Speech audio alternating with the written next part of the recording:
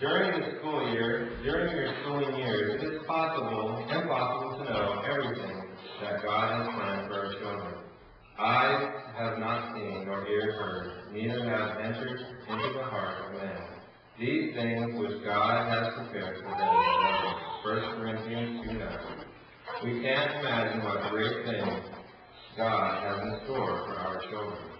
Don't fall into the trap people today say. It's okay as long as we don't get caught.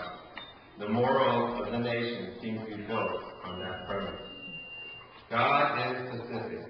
Whatsoever a man sows, that shall he also reap. Man today has been blinded by the ways of the world. You may not reap in the same season, but you will reap. Maybe I'll get by this one time. To just get by isn't what God had planned. The best for our children and your children is God's plan. There's more to the passage in Galatians chapter 6, verse 7 through 9. Be not deceived, God is not mocked. For whatsoever man sows, that shall he also reap. For he that sows to his flesh shall of the flesh reap corruption. But he that sows to the Spirit shall of the Spirit reap life everlasting. And let us not be weary in well-doing. For in due season we shall reap if we faint not. Parents today are not reaping in due season, even though they have sown the seeds of righteousness, because they grow faint and fall away from God's plan. They give up on home education because they don't believe God's promises. They are throwing away the blessing that God has in store for them. Perseverance is not just something that we use in the spelling book. Perseverance is something that we need to teach by example. Homeschool mothers and fathers, don't grow weary in well-doing, raising godly sons and daughters. It's the best well-doing you can do. Seek God's will. Don't grow weary and faint not. Jesus said, a student is not above his teacher, but when he is fully trained, he will be like his teacher.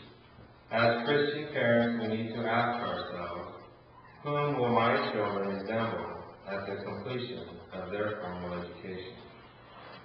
Education and the knowledge of God. The fear of the Lord is the beginning of knowledge. In other words, our educational choice has to be based on the fact that God cannot be ignored, usurped, or misrepresented in the process. Education and the Great Commission.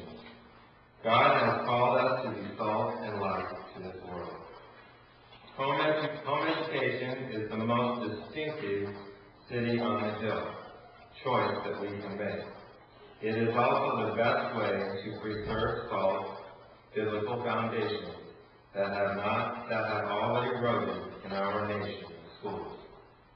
He also called us to go and make disciples, teaching them to obey all that I command you. Matthew 28, verses 19 and 20. How can I effectively make disciples of my children? If I send them off to the government school 45 to 50 hours a week. In that setting, our children are the evangelized, not the evangelists. Education and worldview development. The Nehemiah Institute says that Christian children who attend government schools and retain anything close to biblical worldview are the rare exception and not the rule. Romans 12:2, do not be conformed to this world. Colossians 2:8, see to it that no one takes you captive through philosophy and empty deception, according to the traditions of men, according to the elementary principles of the world, rather than according to Christ. Education and morality. There is no such thing as an all-moral education. All education teaches and shapes morality. Every day, our child is being taught to know, love, and obey God, as they are being taught to love and obey someone or something that has usurped God's proper role. 1 Corinthians 15:33, do not be deceived. Bad company corrupts good morals. Education and accountability. Please do everything in your power to place your child in an educational environment that supplements and encourages their discipline and discipleship. Avoid the influence of government schools that are incapable of bringing our children into the discipline and instruction of the Lord. Over the years, I have met fellow homeschool parents who have brought their children home from Christian schools because their children were being influenced by other children in wrong behaviors and ideas. I applaud men and women whom God has called to teach in government schools. These people are the frontline warriors that we should be praying for. However, there is a difference between sending a fully trained disciple into the enemy territory and sending recruits to our enemy's training camp. We don't want our children to come home wearing the enemy's uniform and charging the hills of our homes while waving the enemy's flag. My daughter Stacia, who wants to get married, is a school teacher in the public schools in Crescent City. Her school is labeled for the underachievers. She has, I think, 24 students.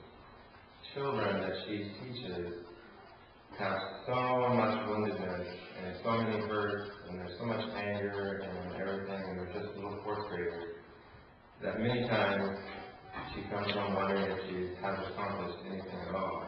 She's one of the type of people that the kids just love and adore, and she has a good working relationship with the children, but their lives and what goes on at home many times is so disruptive to them that getting them to focus in school is a challenge.